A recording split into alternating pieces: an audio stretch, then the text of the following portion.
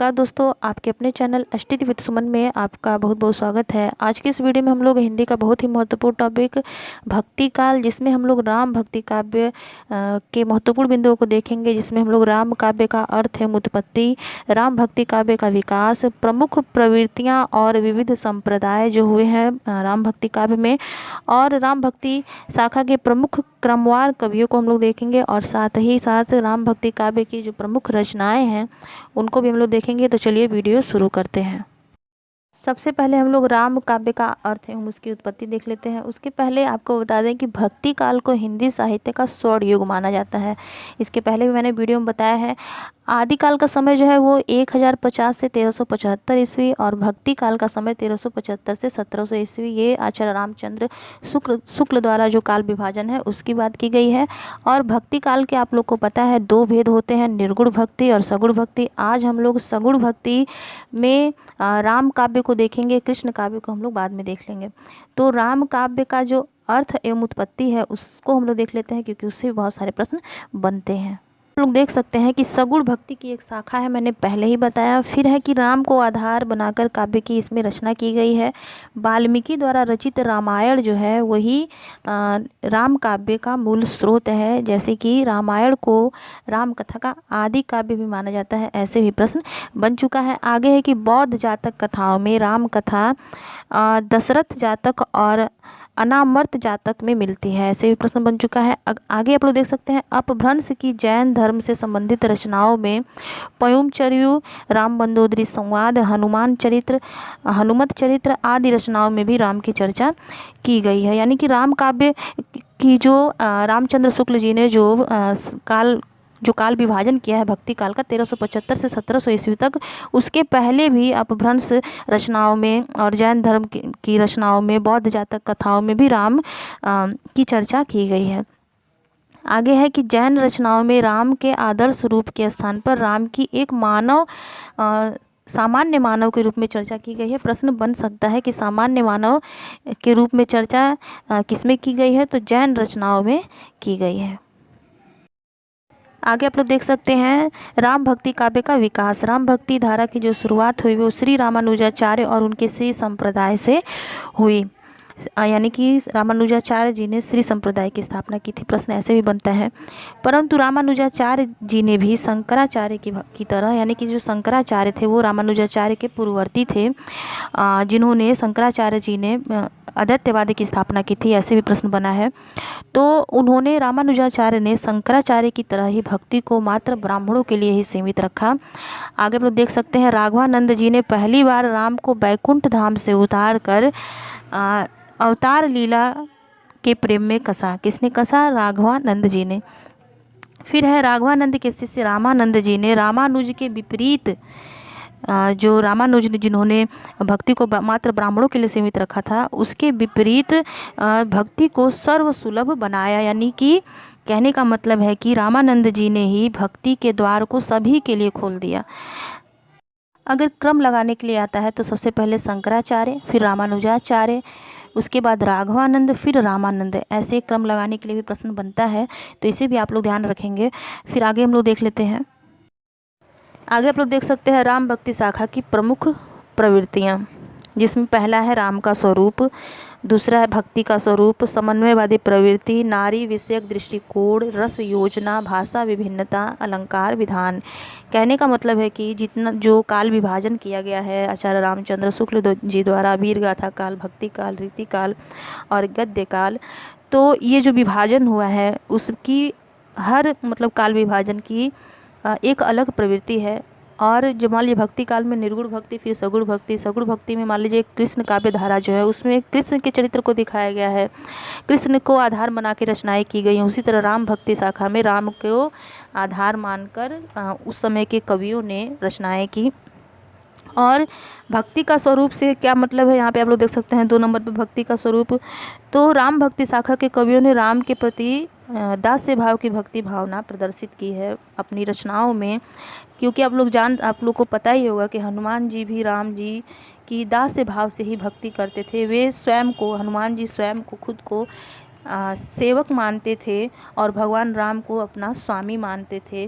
तो उसी तरह जो रचनाएं की गई हैं उसमें राम जी को अपना स्वामी माना गया है, स्वामी मान के रचनाएं की गई हैं और उनके चरित्र को दर्शाया गया है। और आपको बता दें कि तुलसीदास जी ने भक्ति के अनेक विभाजन, उन्होंने मतलब कि भक्ति के अनेक विभाजन करते हुए नवधा भक्ति को स्वीकार किया है। क्वेश्चन बन सकता है कि नवधा भक्ति को किसने स्वीकार किया है, तो तुलसीदास जी ने अपनी रचनाओं में स्वीकार किया है। नवधा मतलब 9 प्रकार की भक्ति को। आगे हम लोग देख सकते हैं तीसरे नंबर पे है समन्वयवादी प्रवृत्ति। तो समन्वयवादी प्रवृत्ति का क्या अर्थ है? समन्वय का जो अर्थ होता है वो एक दूसरे से तालमेल बिठाने से संबंधित होता है। कहने का मतलब है कि जब मान लीजिए जब तुलसीदास जी जब रचनाएं करते थे उस समय समाज में बहुत सारी विषमताएं व्याप्त थी, जैसे जाति पाति, धर्म, संप्रदाय, अलग अलग भाषाएं थी। तो उस समय जो रचनाएं की गई उन सब में समन्वय स्थापित करने के बाद ही रचनाएं संभव हो सकती थीं, क्योंकि तुलसीदास जी ने रामचरित में समन्वयवादी प्रवृत्ति को अपनाकर सर्वश्रेष्ठ समन्वय कर्ता होने का परिचय दिया है। ऐसा भी मतलब कि क्वेश्चन बनता है। तो इस तरह से ये तीसरा पॉइंट हम लोगों ने देख लिया। फिर है नारी विषयक दृष्टिकोण। तो राम भक्ति जो काव्य धारा है उसमें नारी विषयक दृष्टिकोण भी है। उसमें बहुत, जैसे कि सीता माँ है, पार्वती, अनसुईया, सबरी, यहाँ तक कि रावण की पत्नी जो मंदोदरी थी उनको भी उनका भी जो चरित्र था, पात्र था, एकदम उसको साँचे में ढालकर प्रस्तुत किया गया है। तो इस तरह से आगे हम लोग देख सकते हैं रस योजना। तो राम भक्ति शाखा में जो रस थे उसमें आप लोग देख ही सकते हैं, करुण रस है, उसमें रौद्र रस है राम भक्ति शाखा में। और रौद्र रूप यानी कि जब युद्ध का वर्णन किया गया है तो उसमें रौद्र रूप दिखाया गया है। करुण रस भी दिखाया गया है। जब मान लीजिए कि लक्ष्मण जी जब मूर्छित हो जाते हैं, उनको जब वाण लगता है तो मूर्छित हो जाते हैं, सीता हरण के समय भी एक करुण रस प्रस्तुत किया गया है। तो इस तरह से अनेक रस जो है राम भक्ति शाखा में मिलते हैं। फिर हम लोग देख सकते हैं भाषा की बात की जाए तो जो रामचरितमानस है और रामचरितमानस है उसे तुलसीदास जी ने अवधी भाषा में उसकी रचना की है। और कवितावली उनकी बहुत ही प्रसिद्ध रचना है, विनय पत्रिका उनकी। आगे हम लोग रचनाओं को भी देखेंगे तो उसे ब्रज भाषा में उन सब की रचना की गई, यानी कि भाषाओं में भी मतलब कुछ कवि अवधी भाषा में और कुछ ब्रज भाषा में रचनाएं करते थे। एक बहुत ही महत्वपूर्ण परिभाषा है ये जो परिभाषा है कई बार पेपर में बन चुकी है, वियोगी हरि जी की है। वियोगी हरि ने लिखा है कि तुलसीदास जी के लिए उन्होंने कहा है कि तुलसीदास जी भाषा के पीछे नहीं चलते थे, भाषा उनका अनुकरण करती थी। तो ये परिभाषा भी आप जरूर याद कर लें, हो सकता है आने वाली परीक्षाओं में बन जाए। आगे आप लोग देख सकते हैं अलंकार विधान। तो अलंकार विधान की अगर बात की जाए तो तुलसीदास जी ने प्रायः सभी प्रचलित जो शब्द अलंकार थे उनका सफल प्रयोग किया, जिसमें अनुप्रास, रूपक, उपमा, उत्प्रेक्षा, ये सब जो अलंकार थे उनका प्रयोग किया गया है उनकी रचनाओं में। रामचंद्र शुक्ल जी ने तुलसीदास जी के लिए एक परिभाषा उनके द्वारा लिखी गई है कि तुलसीदास अनुप्रास के तो बादशाह थे। फिर है अनुप्रास किस ढंग से लाना चाहिए उनसे सीखना चाहिए। तो ये परिभाषा भी आप ज़रूर याद करें क्योंकि हो सकता है परीक्षाओं में बन जाए। चलिए अब हम लोग राम भक्ति काव्य के जो संप्रदाय हैं उनको देख लेते हैं, कौन कौन से संप्रदाय राम भक्ति शाखा में आए। आगे आप लोग देख सकते हैं राम भक्ति काव्य के विविध संप्रदाय, जिसमें पहला है श्री संप्रदाय जो रामानुजाचार्य द्वारा जिसकी स्थापना की गई। जो रामानुजाचार्य हैं उन्होंने विशिष्टता द्वैतवाद की भी स्थापना की है। क्वेश्चन ऐसे भी बन सकता है कि श्री संप्रदाय किससे संबंधित है, तो आपका आंसर होगा राम भक्ति से संबंधित है। क्वेश्चन कैसे भी बन सकता है। आगे आप लोग देख सकते हैं ब्रह्म समाज की स्थापना मध्वाचार्य द्वारा की गई है और इन्होंने द्वैतवाद की भी स्थापना की थी। अगर क्वेश्चन बनता है कि ब्रह्म समाज किससे संबंधित है तो राम भक्ति से संबंधित है, क्योंकि ये राम भक्ति काव्य के विविध संप्रदायों में से एक है। फिर है रामावत संप्रदाय जो रामानंद जी द्वारा जिसकी स्थापना की गई, रामावत संप्रदाय की, और रामानंद जी का जन्म 1368 ईस्वी में हुआ। तो इस तरह से ये जो यहाँ पे आप लोग देख सकते हैं, यहाँ पे क्रम भी आप लोग लगा सकते हैं, रामानुजाचार्य, फिर मध्वाचार्य, फिर रामानंद, और इनके जो संप्रदाय हैं अगर उनका भी क्रम लगाने के लिए आता है तो आप आसानी से लगा सकते हैं। आगे है राम भक्ति शाखा के प्रमुख कवि, जिसमें पहला है पहले जो कवि हैं वो है ईश्वरदास, जिनका जन्म 1480 ईस्वी में हुआ था। फिर है तुलसीदास, 1532 ईस्वी में इनका जन्म हुआ था। केशवदास 1555 ईस्वी में, नाभादास 1570 ईस्वी में, अग्रदास 16वीं शताब्दी में, हृदयनाथ 17वीं शताब्दी में और 7वें नंबर पे है प्राणचंद्र 17वीं शताब्दी में। ये जो राम भक्ति शाखा के जो कवि हैं, अगर इनकी बात की जाए तो इन कवियों में तुलसीदास और केशवदास जी ने अत्यधिक रचनाएं की हैं। तुलसीदास और केशवदास को हम लोग आगे वीडियो में देखेंगे, डिटेल में हम लोग देखेंगे उन लोगों को। इसके पहले ये जो कवि हैं जैसे ईश्वरदास, नाभादास, अग्रदास, इनसे संबंधित महत्वपूर्ण तथ्यों को हम लोग देख लेते हैं, इनकी रचनाओं को देख लेते हैं। जिसमें ईश्वरदास पहले कवि यहाँ पे ईश्वरदास है, जिनका जन्म 1480 ईस्वी में हुआ। क्रम लगाने के लिए भी आता है, आप लोग आसानी से लगा सकते हैं, क्योंकि मैंने प्रत्येक कवि को उनके जन्म के आधार पे उनको क्रम से लिखा है। ईश्वरदास की रचनाएं से ही प्रश्न बनता है। पहला है भरत मिलाप, फिर है सत्यवती कथा, फिर अंगद पैज। आपको बता दें कि ये जो भरत मिलाप जो इनकी रचना है, ये रामचरितमानस से संबंधित हिंदी का प्रथम महाकाव्य इसे माना जाता है। भरत मिलाप को रामचरितमानस से संबंधित हिंदी का प्रथम महाकाव्य माना जाता है, इसे जरूर याद करें। और ये जो सत्यवती कथा है, इसे आचार्य रामचंद्र शुक्ल जी ने अवधि की सबसे पुरानी रचना मानी है। क्वेश्चन बन सकता है, क्योंकि कथन से संबंधित बहुत सारे प्रश्न बनते हैं। दूसरे कवि है नाभादास, जिनका जन्म 1570 ईस्वी में हुआ है। ये जो नाभादास हैं, ये अग्रदास के शिष्य हैं। अग्रदास भी राम भक्ति शाखा के ही कवि हैं। अगर इनकी रचनाएं की बात की जाए तो भक्तमाल 1585 ईस्वी में और अष्टयाम 1585 ईस्वी में। और ये जो विषय की अगर बात की जाए तो इसमें रसिक भावना, ये जो इनकी रचनाएं हैं, इसमें रसिक भावना और श्रृंगार भक्ति दिखाई गई है। अगले कवि हैं अग्रदास, जिनका ठीक बर्थ ईयर नहीं पता है, लेकिन इन्हें 16वीं शताब्दी के कवि में रखा गया है। अग्रदास जो नाभादास के जो गुरु हैं, आगे आप लोग देख सकते हैं तुलसीदास जी के समकालीन थे ये, क्योंकि तुलसीदास जी का जो जन्म हुआ था वो 1532 ईस्वी में हुआ था और ये 16वीं शताब्दी के हैं, तो इसलिए ये तुलसीदास जी के समकालीन थे। ये रसिक संप्रदाय के प्रवर्तक थे, क्वेश्चन बन चुका है बहुत बार। और उपनाम की अगर बात की जाए तो अग्रदास जी का उपनाम था अग्र अली, क्वेश्चन बन सकता है। अगर बात की जाए अग्र अली नाम की, तो जो अग्रदास थे वो स्वयं को सीता जी की सखी मानकर अग्र अली नाम से रचना करते थे। क्वेश्चन अगर बनता है कि स्वयं को सीता मानकर किसने रचना की है, तो अग्रदास जी ने की है। इनकी रचनाओं की अगर बात की जाए तो पहले नंबर पर है ध्यान मंजरी, दूसरा है राम भजन मंजरी, उपासना बावनी और पदावली। रचनाओं से अगर प्रश्न बने तो आप लगा सकते हैं। हम लोग आगे अगले कवि को देख लेते हैं। आगे आप लोग देख सकते हैं अगले कवि हैं प्राणनाथ, जिन्हें 17वीं शताब्दी के लगभग जिनको माना जाता है। इनकी एक रचना है जिससे प्रश्न बनता है रामायण महानाटक, जिसकी रचना 1610 ईस्वी में हुई। अगले कवि हैं हृदयनाथ, जिन्हें भी 17वीं शताब्दी के लगभग माना जाता है। इनकी रचना है हनुमान नाटक, जो 1623 ईस्वी में जिसकी रचना की गई थी। इन लोगों की एक रचना अभी तक उपलब्ध है और इन्हीं से प्रश्न बनते हैं। आगे हम लोग तुलसीदास जी से संबंधित महत्वपूर्ण बिंदुओं को देख लेते हैं। तो यहाँ पे तुलसीदास जी से संबंधित महत्वपूर्ण बिंदुओं को देख लेते हैं। जैसे तुलसीदास जी का जन्म 1532 ईस्वी में और इनकी मृत्यु 1623 ईस्वी में हुई थी। जन्म स्थान की अगर बात की जाए तो राजापुर नामक स्थान है जहाँ पे इनका जन्म हुआ था। कुछ लोग सोरो को भी इनका जन्म स्थान मानते हैं, जैसे कि रामनरेश त्रिपाठी के अनुसार तुलसीदास जी का जन्म सोरो में हुआ था। मृत्यु 80 घाट में हुआ था, वाराणसी में जो है। फिर इनके गुरु हैं नरहरि दास, तुलसीदास जी के गुरु नरहरि दास। क्वेश्चन बहुत बार बन चुका है। फिर अगर भक्ति की बात की जाए, तुलसीदास जी की भक्ति की अगर बात की जाए तो तुलसीदास दास से भाव, सेवक सेव्य भाव और अनन्य भक्ति के रूप में भक्ति करते थे।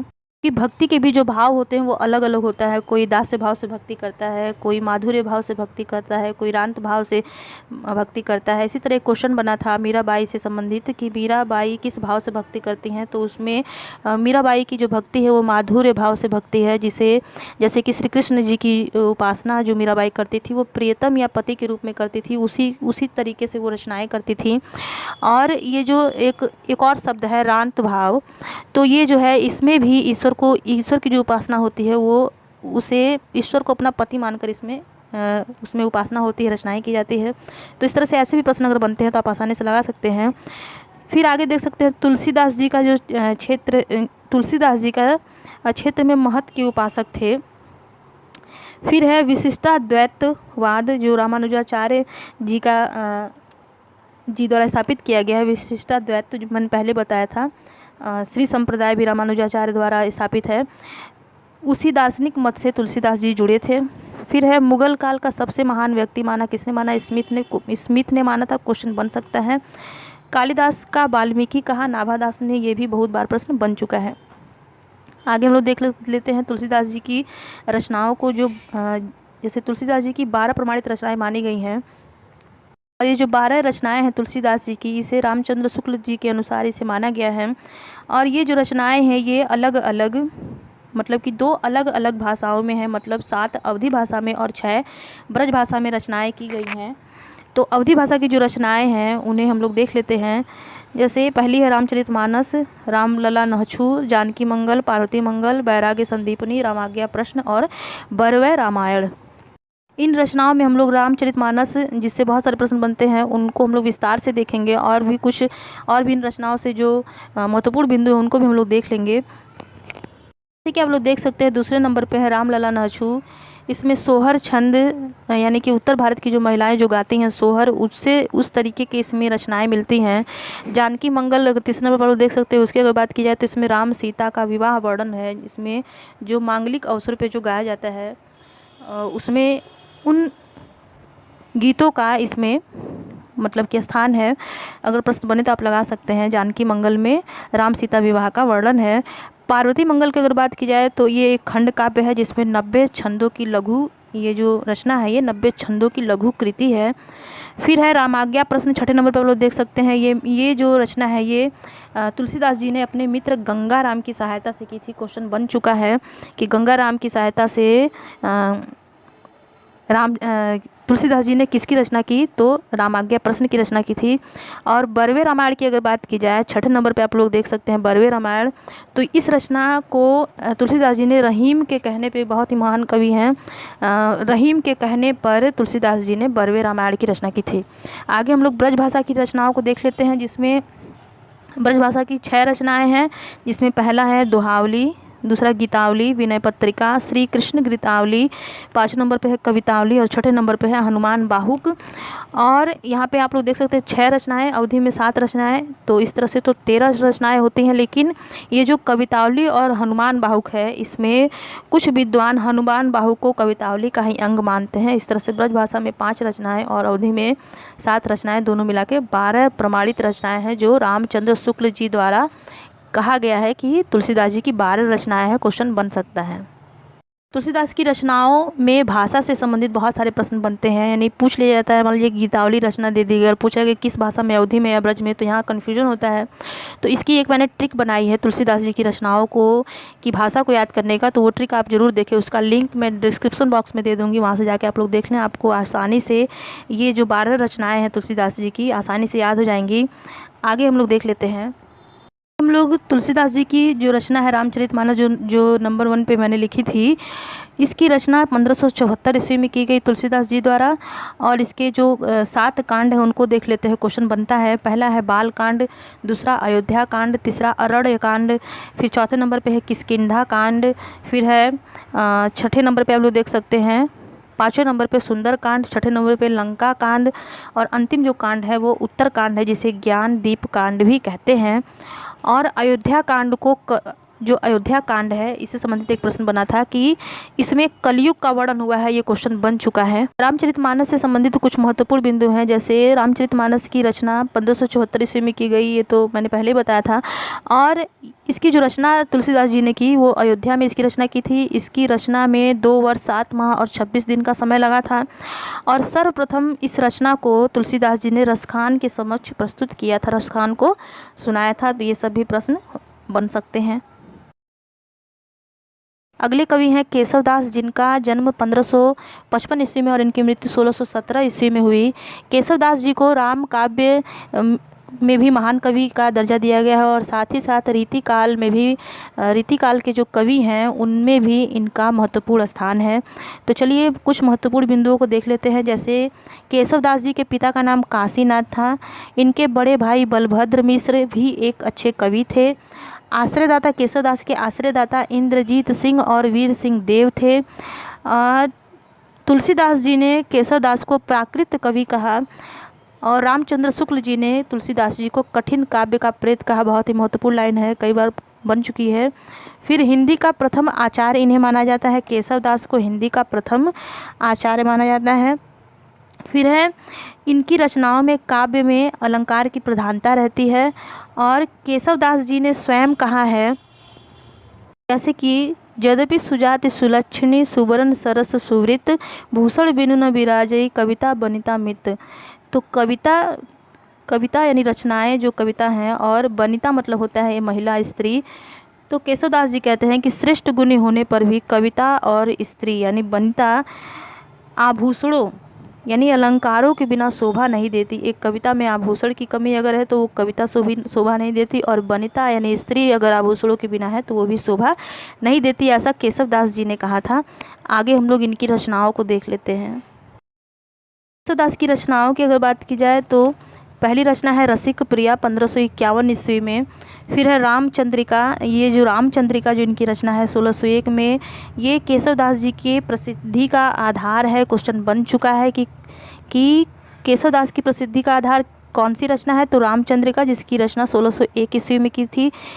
ये रचनाएं मैंने क्रम से लिखी हैं, अगर क्रम लगाने के लिए भी आप आता है तो आप आसानी से लगा लेंगे। तीसरे नंबर पे है कवि प्रिया जिसकी भी रचना 1601 ईस्वी में की गई थी। फिर है रतन बावनी 1607 ईस्वी में, विज्ञान गीता 1607 ईस्वी में, वीर सिंह देव चरित्र 1607 ईस्वी में, जहांगीर जस चंद्रिका 1612 ईस्वी में, छंदमाल और 9वें नंबर पे है नखशिख। इन रचनाओं से संबंधित कुछ महत्वपूर्ण बिंदुओं को देख लेते हैं। जैसे रसिक प्रिया जो रचना है जो 1591 ईस्वी में की गई, इसका आधारभूत ग्रंथ जो है वो श्रृंगार तिलक है, उसी को आधार बना के केशवदास जी ने इसकी रचना की। और श्रृंगार तिलक इसकी रचना है रुद्र भट्ट की रचना है। रामचंद्रिका के बारे में मैंने बताया ही है कि यह प्रसिद्धि का आधार है रामचंद्रिका, जिसकी रचना 1601 ईस्वी में हुई। इसी से भक्ति काल में इनको स्थान प्राप्त है, यानी रामचंद्रिका जिसमें इन्होंने राम को आधार बना के रचनाएं की हैं, इसी के कारण इन्हें भक्ति काल में स्थान है। बाकी की जो रचनाएं हैं जैसे रसिक प्रिया, कवि प्रिया, रतन बावनी, विज्ञान गीता, ये सब रीतिकाल की रचनाएं हैं। रीतिकाल की रचनाओं में रचनाओं की श्रेणी में इन्हें रखा गया है। फिर आप लोग देख सकते हैं संवाद योजना में सबसे अधिक सफलता मिली है रामचंद्रिका में ही। केशवदास जी को अपनी रचना रामचंद्रिका में ही संवाद योजना की सबसे अधिक सफलता मिली है। छंदों का अजायब घर भी कहा जाता है रामचंद्रिका को, ये भी बहुत ही महत्वपूर्ण है, ये भी बन चुका है। और रामचंद्रिका की जो रचना की गई केशवदास जी द्वारा, इसे एक रात में ही इसकी रचना कर डाली थी केशवदास जी ने। सोच लीजिए कितने महान कवि थे, एक ही रात में पूरी रचना कर दी रामचंद्रिका की। फिर है आगे आप देख सकते हैं फुटकर कवित्वों का संग्रह कहा, किसे कहा, रामचंद्रिका को कहा। डॉक्टर पीताम्बर दत्त बड़थवाल ने, क्वेश्चन बन चुका है ये भी, फुटकर कवित्वों का संग्रह किसने कहा, डॉक्टर पीताम्बर दत्त बड़थवाल ने। आगे अगली रचना देख सकते हैं कवि प्रिया, ये अलंकार पर आधारित रचना है, क्वेश्चन बन चुका है। फिर है रतन बावनी जो रचना है, इसमें रतन सिंह यानी इंद्रजीत के बड़े भाई की वीरता का वर्णन किया गया है। इंद्रजीत कौन थे, केशवदास जी के आश्रयदाता, उन्हीं के बड़े भाई रतन सिंह की वीरता का वर्णन किया गया है रतन बावनी में, नाम से ही पता चल जा रहा है। फिर है विज्ञान गीता जो है रचना है ये दार्शनिक सिद्धांतों पर आधारित है, ये भी क्वेश्चन बन चुका है। और विज्ञान गीता और ऊपर की जो दो रचना है रसिक प्रिया, रामचंद्रिका, इनसे बहुत सारे प्रश्न बनते हैं। फिर छंदमाल आप लोग देख सकते हैं, छंदमाला 8वें नंबर पे, ये छंद पर आधारित रचना है। और नखशिख वर्णन जो है ये 9वें नंबर पे जो नखशिख है, ये राधा जी के नखशिख का इसमें वर्णन किया गया है।